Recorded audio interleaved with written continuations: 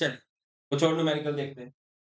A solution of nickel nitrate is electrolyzed between platinum electrodes using a current of 5 ampere. Okay, बहुत बढ़िया। 5 ampere for 20 minutes. What mass of nickel will be deposited at the cathode? ये question आ सकता है। Zinc sulphate हो सकता है, copper sulphate हो सकता है, कुछ भी हो सकता है, कोई भी एक इलेक्ट्रोलाइट। तो ऐसे केसेस में क्या करोगे?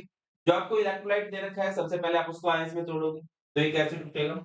निकल के ऊपर चार्ज आएगा 2 पॉजिटिव, क्रिस क्रॉस हो जाता है ना, ये उधर चल जाएगा और निकल एक ही है, निकल पे 2 पॉजिटिव चार्ज हुआ। अगर निकल को डिपॉजिट होना है तो ऑब्वियसली न्यूट्रल होकर डिपॉजिट होगा, तो ये 2 इलेक्ट्रॉन लेगा। ठीक है, अब आपको क्या निकालना है? व्हाट मास ऑफ निकल, मास निकालना है, डब्ल्यू निकालना है। डब्ल्यू निकालना है तो फैराडे का first law, W is equal to Z, Z into I into T. Z क्या होता है बेटा? Molar mass by N into F into I into T. अब मोलर मास देखो यार कितना दे रखा है, 58.7 दे रखा है। एन कितने इलेक्ट्रॉन का लॉस गेन हुआ इस रिएक्शन के अंदर? 2। Faraday constant 96 500। आई कितना करंट है ब्रो? 5 एम्पियर ऑफ करंट है। कितने टाइम के लिए है? 20 मिनट्स के लिए है। क्या ये बात सही है?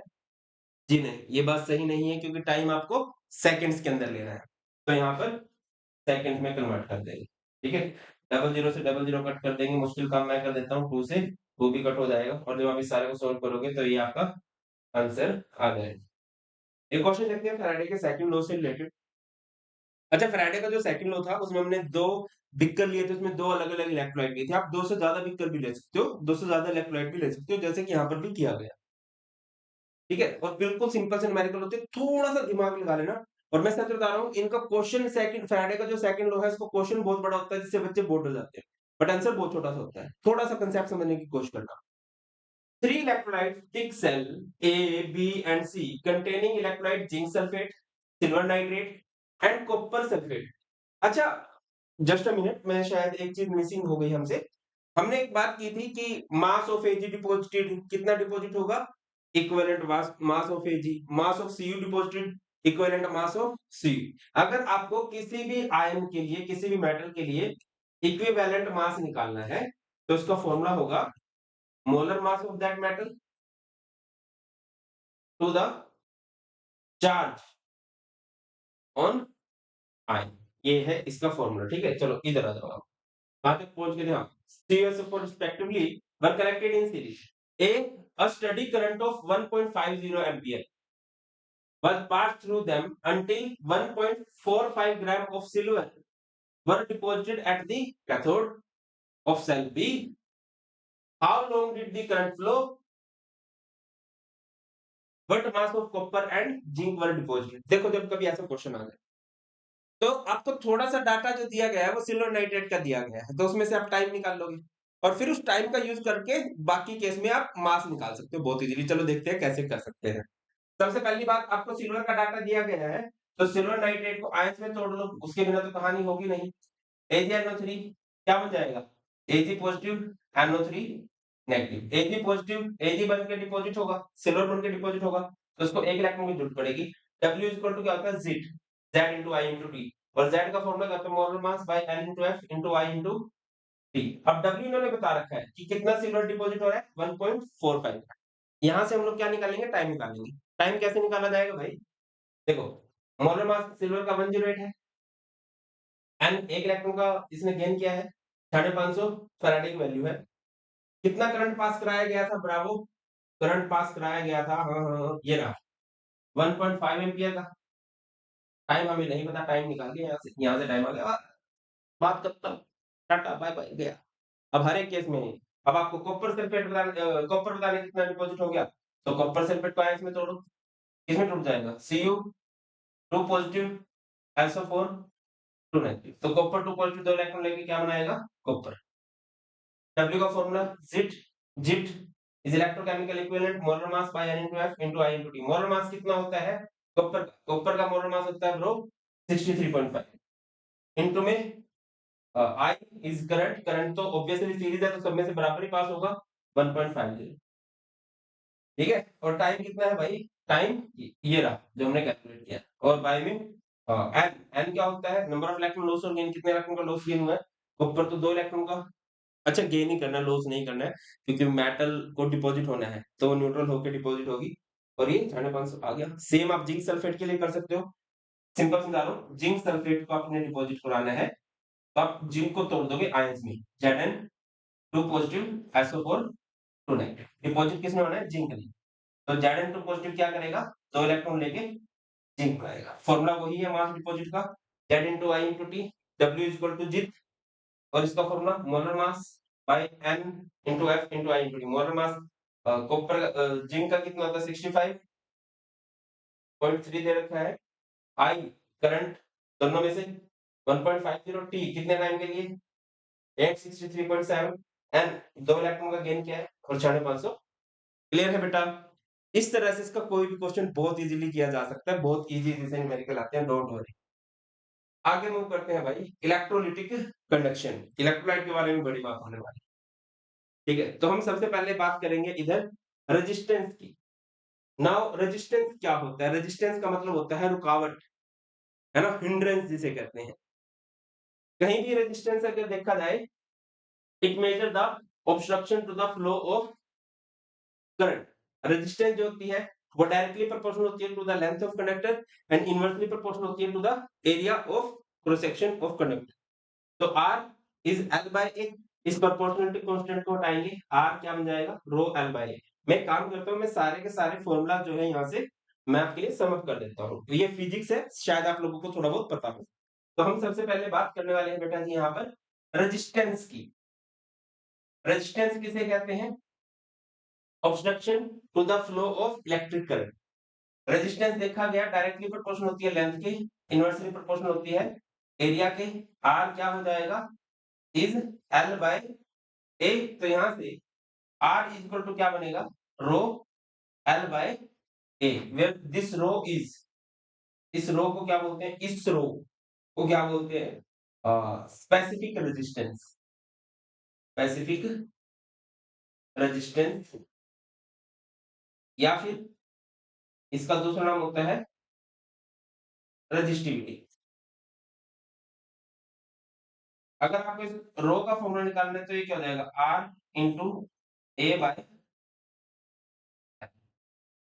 ठीक है, यहाँ से इसका फॉर्मूला ये भी बन सकता है, तो यहाँ से अगर मैं आपसे पूछूं यूनिट ऑफ रेजिस्टेंस बताइए भाई, रेजिस्टेंस की यूनिट क्या होती है, ओहम, ओहम को बढ़िया हम लोग कैप से भी रिप्रेजेंट कर सकते हैं।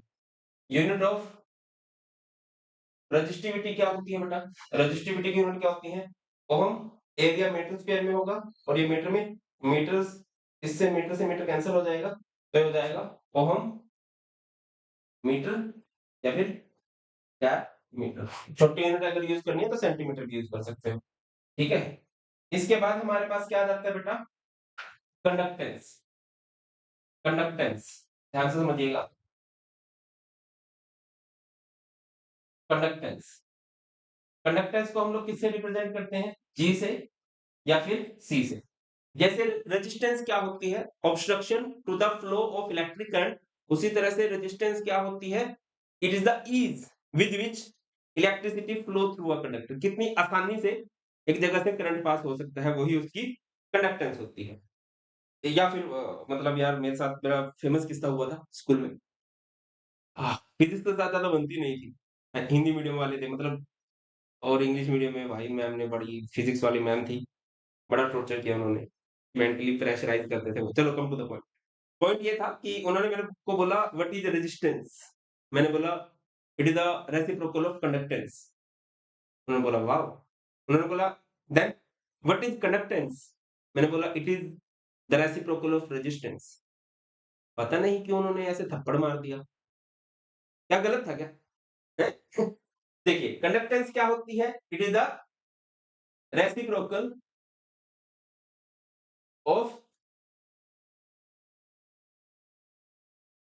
रेजिस्टेंस, तो कंडक्टेंस अगर आपको करनी है तो ये 1/r हो जाएगा, और 1/r अगर करना है तो ये बन जाएगा 1/रो, डायरेक्टली प्रोपोर्शनल टू लेंथ था, a/l, और अगर इस 1/रो को मैं सोल्व करूं तो ये हो जाएगा kappa A by L, where kappa means क्या होता है बेटा?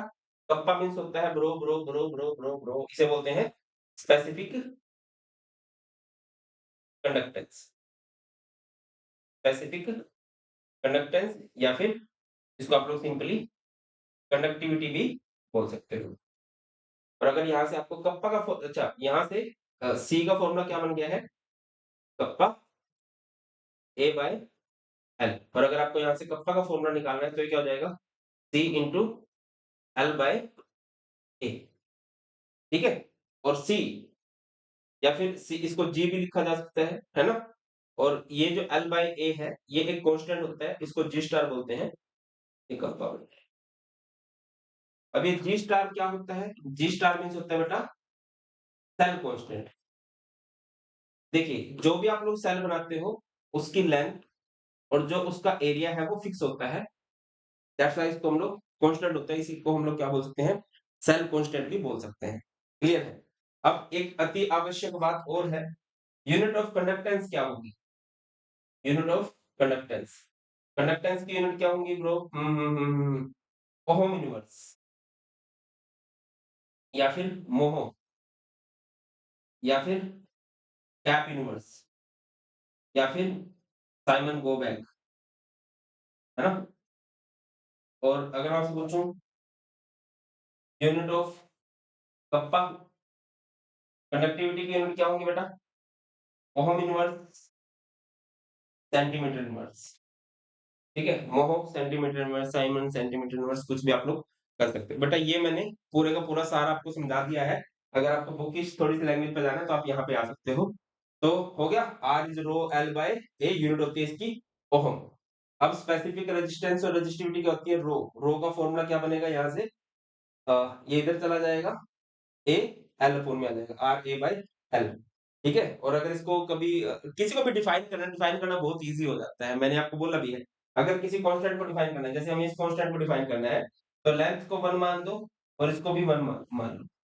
It is defined as resistance of 1 centimetre long conductor having 1 centimetre square area of cross section. Same conductance की बात है, it is the reciprocal of resistance 1 by R, है ना? और जी क्या हो जाएगा? फॉर्मूला क्या बनेगा? 1 by rho A by L. 1 by rho is kappa और कप्पा का formula G into G star, where G star is cell constant, है ना? और अगर कभी डिफाइन करना हो किसी भी कांस्टेंट को, जैसे ये था ना, जी इज इक्वल टू कप्पा और ए बाय एल। ए का मतलब होता है एरिया, एल का मतलब होता है लेंथ। ठीक है? एरिया कितना है? 1 सेंटीमीटर स्क्वायर मान के चलो। देखो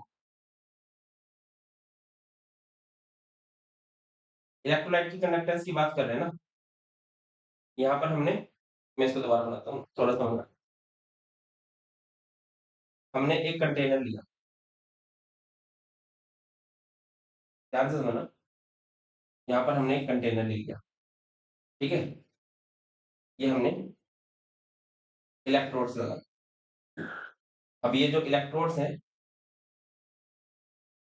इनका एरिया है 1 सेंटीमीटर स्क्वायर। कितना है? 1 सेंटीमीटर स्क्वायर। और इनके बीच का जो डिस्टेंस है वो है 1 सेंटीमीटर। तो इसके अंदर, इस स्पेसिफिक वॉल्यूम के अंदर जितना भी इलेक्ट्रोलाइट आ सकते हैं, उसके जितने भी आयंस हैं, उन आयंस की कंडक्टेंस को ही हम लोग क्या बोलते हैं? स्पेसिफिक कंडक्टेंस बोलते हैं। It is the conductance of all the ions present in 1 centimetre cube volume of solution. देखिए आपने अभी क्या किया? G is equal to kappa A by L. A means area. क्या किया आपने? जिस कंडक्टर का एरिया मान लिया 1 सेंटीमीटर स्क्वायर और उसके बीच की जो लेंथ थी उसको मान लिया 1 सेंटीमीटर। तो यहाँ से अगर मैं इसका वॉल्यूम निकाल लूं तो ये कितना बन जाएगा? 1 सेंटीमीटर क्यूब। 1 सेंटीमीटर क्यूब के अंदर जितने भी आयंस बनते हैं उनकी कंडक्टेंस को ही हम लोग क्या बोलते हैं? Specific conductance. It is the conductance of all the ions present in 1 centimetre cube solution. It is the conductance of all the ions present in 1 centimetre cube solution. बहुत इंपॉर्टेंट है ये बात। इस 1 सेंटीमीटर क्यूब के अंदर जितने भी ions हैं उनकी कंडक्टेंस को ही हम लोग स्पेसिफिक कंडक्टेंस कहते हैं। अब एक छोटा टॉपिक और आ जाता है, जैसे कि मोलर कंडक्टिविटी या मोलर कंडक्टेंस। सिंपल सी definition, it is the conductivity of all the ions present in, molar word आ गया, present in 1 mole of an electrolyte. Formula क्या होता है? ये डेल्टा होता है kappa into 1000 by M. Unit याद रखिए, यूनिट से रिलेटेड क्वेश्चन बन जाते हैं। Ohm inverse, centimetre square, mole inverse, ये बहुत पॉपुलर यूनिट है। बाकी इसकी ऐसे यूनिट होती है ohm inverse, metre square, mole inverse. ठीक है। स्पेसिफिक कंडक्टेंस क्या थी? It is the conductance of all the ions present in 1 centimetre cube volume of solution. 1 centimetre cube volume के अंदर जितने भी आयंस बनते हैं, it is the conductance of all the ions present in 1 centimetre cube volume of solution. अच्छा, अब एक important बात है कि मैं पानी डालता हूँ, ठीक है? एक और स्पेसिफिक कंडक्टेंस पे क्या फर्क पड़ेगा? यहां से क्वेश्चन बनता है, डाइल्यूशन का स्पेसिफिक कंडक्टेंस पे क्या फर्क पड़ता है? अब डाइल्यूशन क्या है कि 1 सेंटीमीटर क्यूब वॉल्यूम है, उसके अंदर जितने भी आयंस हैं उनकी कंडक्टेंस हम लोग देखेंगे। अब पानी अगर मैं डालता जाऊंगा, डाइल्यूशन होता जाएगा, नंबर ऑफ आयंस कम हो जाएंगे, और नंबर ऑफ आयंस अगर कम हो जाएंगे तो स्पेसिफिक कंडक्टेंस भी कम हो जाएगी। The specific conductance is the that is conductivity decreases with increase in dilution। क्यों? Because the number of ions per unit volume of solution decreases। और अगर मोलर कंडक्टिविटी की मैं बात करता हूं, मोलर कंडक्टिविटी को अगर मैं लिखूं तो क्या फॉर्मूला है? Kappa into 1000 by M. और सिंप्लीफाई करना चाहो, kappa into 1000, M molarity N, और ये भी ऊपर चला गया। अगर मैं डाइल्यूशन बढ़ाऊंगा, मैं अगले पेज पे समझा रहा हूं। हाँ, अगर मैं कभी भी डाइल्यूशन बढ़ाता हूं, डाइल्यूशन बढ़ाने से स्पेसिफिक कंडक्टेंस जो है वो कम हो जाती है। क्यों? बिकॉज नंबर ऑफ आयंस पर सेंटीमीटर क्यूब डिक्रीज हो रहे हैं। ठीक है, बहुत इंपॉर्टेंट है। और अगर मैं डाइल्यूशन बढ़ाता हूं, जो मोलर कंडक्टिविटी है वो बढ़ती है। वो क्यों बढ़ती है भाई? मोलर कंडक्टिविटी का फॉर्मूला क्या होता है? Kappa into 1000 by M. Kappa into 1000 by M. M को मैं क्या लिखता हूं? एन बाय वी, वी ऊपर चला जाएगा। क्योंकि बिकॉज वॉल्यूम ऑफ सॉल्यूशन जो है वो इंक्रीज करेगा। बाकी और भी पॉइंट लिखे जा सकते हैं। क्या होता है भाई? स्ट्रॉन्ग इलेक्ट्रोलाइट हो, वीक इलेक्ट्रोलाइट के केस में वहां पर नंबर ऑफ आयंस बहुत ज्यादा बढ़ जाते हैं। तो मोलर कंडक्टिविटी क्या होती है? Conductance of all the ions present in 1 mole of electrolyte. और 1 मोल इलेक्ट्रोलाइट को डाइल्यूट करेंगे तो उसके आयंस बढ़ते चले जाएंगे। ठीक है, molar conductivity increases with increase in dilution because the dissociation of electrolyte increases because the number of ions as well as speed of ions increases। ये आपने पॉइंट लिखना है मेन तो। ठीक है, आगे मूव करते हैं भाई। ये कोलेस्ट्रॉल कहां से आ गया भाई? इससे पहले भी कुछ आना था। ठीक है, अब देखो यहां पर हम बात करते हैं, तो आप लोगों को मोल, अच्छा, डाइल्यूशन का सीन क्लियर है। अगर कहीं पर मैं डाइल्यूशन बढ़ाऊंगा, डाइल्यूशन बढ़ाऊंगा तो जो कप्पा है, जो स्पेसिफिक कंडक्टेंस है, जो कंडक्टिविटी है वो घटेगी, और जो मोलर कंडक्टेंस है वो बढ़ जाएगी। अगर मैं कहीं पर कंसंट्रेशन बढ़ाऊंगा, अगर हमने कहीं पर कंसंट्रेशन डाइल्यूशन का उल्टा होता है, तो कंसंट्रेशन बढ़ाएंगे तो कंडक्टेंस बढ़ेगी, और मोलर कंडक्टेंस जो होती है वो घट जाती है। ये हमने किस केसेस में भी देखा बेटा? ये हमको बताया एक दादा ने। जस्ट अ मिनट बेटा, मैं क्रॉस चेक कर लूं। ओके,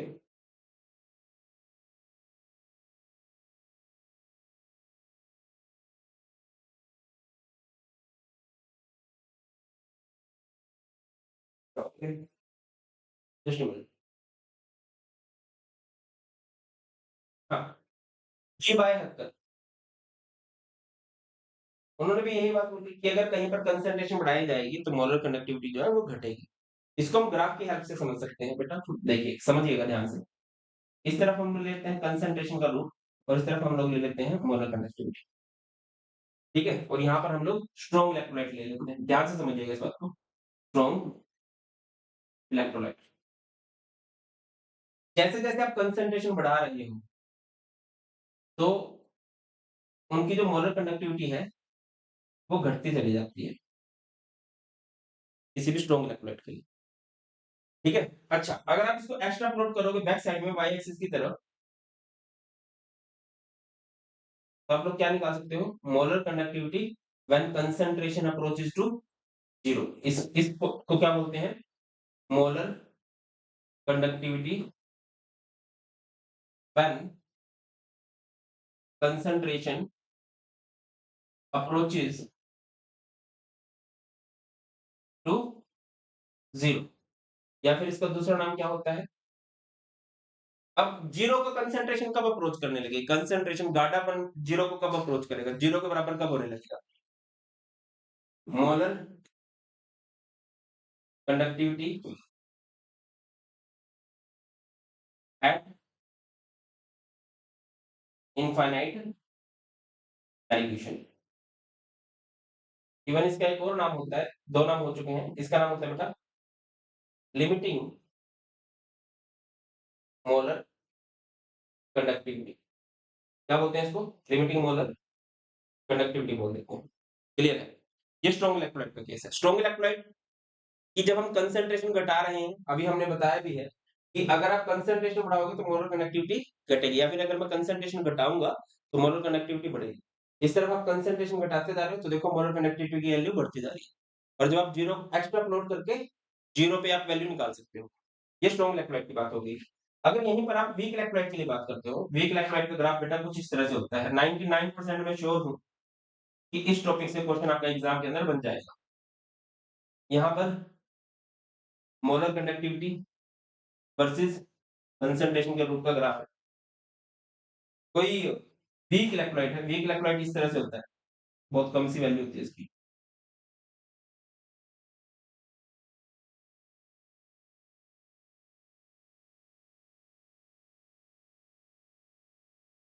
ठीक, ये आप देख रहे हो?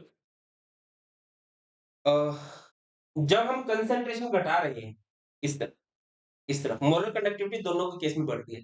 इसकी थोड़ी सी बढ़ रही है, इसकी बहुत ज्यादा बढ़ रही है, बहुत ज्यादा इंक्रीज करती है। इसका रीजन क्या है? देखिए, कंसंट्रेशन घटाने का मतलब क्या होता है कि डाइल्यूशन बढ़ाना। जब आप डाइल्यूशन बढ़ाओगे, जब आप ज्यादा पानी डालोगे, तो वीक इलेक्ट्रोलाइट के केस में नंबर ऑफ आयंस बहुत ज्यादा बढ़ जाते हैं। उसके केस में आयंस नहीं बढ़ती, है ना? उनकी स्पीड बढ़ती है। इसमें स्पीड भी बढ़ती है और as well as number of ions भी बढ़ते हैं। पूछा जाता है कई बार कि वीक इलेक्ट्रोलाइट के केस में डाइल्यूशन बढ़ाने पे मोलर कंडक्टिविटी बहुत ज्यादा क्यों बढ़ती है? क्योंकि वीक इलेक्ट्रोलाइट बहुत थोड़े से डिसोसिएट होते हैं। अब जैसे-जैसे हम लोग पानी मिलाते जाएँगे, उसमें और आयंस बनते जाएँगे, बट स्ट्रॉन्ग इलेक्ट्रोलाइट के केस में ऐसा नहीं है। बार-बार आयंस नहीं बनेंगे स्ट्रॉन्ग इलेक्ट्रोलाइट, स्टार्टिंग में ही पूरे के पूरे डिसोसिएट हो जाते हैं। जबकि इनका केस क्या है? जितना पानी डालते जाओगे थोड़े-थोड़े, थोड़े-थोड़े, थोड़े-थोड़े डिसोसिएट होते चलेंगे। अच्छा, अब खास बात क्या है कि अगर मैं इसको एक्स्ट्रा प्लॉट करूँ, तो जो इसका ग्राफ है वो पैरेलल टू वाई एक्सिस आ जाता है। तो limiting molar conductivity of weak electrolyte can not be obtained with the help of graph. Graph की हेल्प से स्ट्रॉन्ग इलेक्ट्रोलाइट की लिमिटिंग मोलर कंडक्टिविटी निकाल सकते हो। एक्स्ट्रा प्लॉट करो, यहाँ पर आपको वैल्यू मिल जाएगी। बट अगर आप वीक इलेक्ट्रोलाइट की लिमिटिंग मोलर कंडक्टिविटी निकालना चाहते हो कि चलो यार कंसंट्रेशन को कम करता हूँ, नहीं होगा वो। जितना पानी डालते जाओगे बार-बार आयंस में टूटता जाएगा, बनेगी ही नहीं बात। क्या बोला है मैंने? Limiting molar conductivity, limiting molar conductivity of weak electrolyte, weak electrolyte can't be obtained with the help of graph। तो फिर सर निकालनी तो है, हाँ निकालनी तो है। तो वहां पर हमारे दादा हेल्प करते हैं। उन दादा का नाम है कोलरस दादा। क्या बोला कोलरस दादा ने? Limiting molar conductivity of any electrolyte is equal to the sum of individual contribution of anion and cation of the electrolyte. अगर आपको कभी भी, वेरी नाइस, सिंपल वर्ड में मैं क्या बोल रहा हूँ? लिमिटिंग मोलर कंडक्टिविटी, ये मैं कोलरस लॉ की बात कर रहा हूँ। Limiting molar conductivity of any electrolyte is equal to the sum of individual contribution of cation and anion, cation and anion। Clear है? अच्छा, लिमिटिंग मोलर कंडक्टिविटी का सिंबल ये होता है बेटा, या फिर ये भी होता है। इसका मतलब बताता हूं, molar conductivity when concentration approaches to zero, जब कंसंट्रेशन जीरो को अप्रोच कर रही है। Molar conductivity at infinite dilution, मतलब एक ही है। डाइल्यूशन इनफाइनाइट करने का मतलब पानी बहुत ज्यादा डाल दिया, डालते जाओ, 1 चम्मच चीनी में 1 टंकी पानी भी डाल दो, वो तो इनफाइनाइटली डाइल्यूट हो गया। ठीक है, ये समझ रहे हो कि नहीं? ये एक ही बात है। तो ऐसे अगर आपको किसी भी इलेक्ट्रोलाइट की लिमिटिंग मोलर कंडक्टिविटी निकालनी है, तो किसके इक्वल होगी? अच्छा, जब आप इलेक्ट्रोलाइट की बात करते हो तो डेल्टा होता है, तो किसके इक्वल होगी भाई? Electrolyte is made up of cation and anion, individual contribution of, इधर लैम्डा लगाओगे, कैटायन एंड एनायन। समझ में नहीं आएगा? समझाता हूं। जैसे कि मैंने बोला, आपको लिमिटिंग मोलर कंडक्टिविटी निकालनी है फॉर NaCl, तो क्या हो जाएगा? Limiting molar conductivity of Na positive plus limiting molar conductivity of Cl negative, है ना? आपको लिमिटिंग मोलर कंडक्टिविटी निकालनी है ऑफ H2O, तो H positive plus OH negative.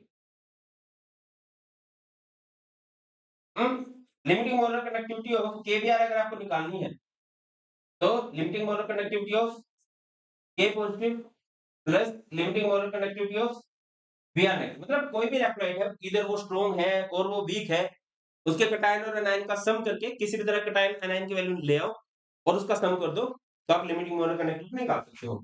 जैसे कि मैं आपको बताऊं, CH3COOH एक ऑर्गेनिक एसिड है जो कि एक वीक इलेक्ट्रोलाइट है।